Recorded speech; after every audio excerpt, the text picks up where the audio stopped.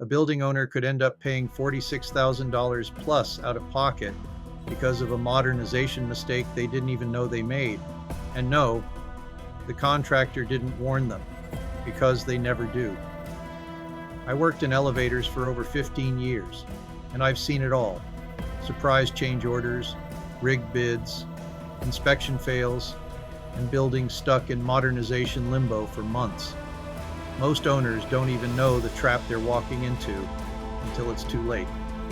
That's why I put together the Elevator Modernization Checklist Bundle, a step-by-step system to save building owners $15,000 to $50,000 in avoidable costs.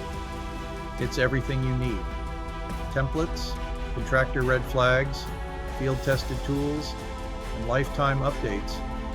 If you own or manage a building with elevators and you're planning to modernize, this $747 bundle could be the smartest money you spend this year. But the Labor Day deal ends September 30th. Tap the link, preview what's inside, and see why building pros are grabbing this before prices reset. Check it out now.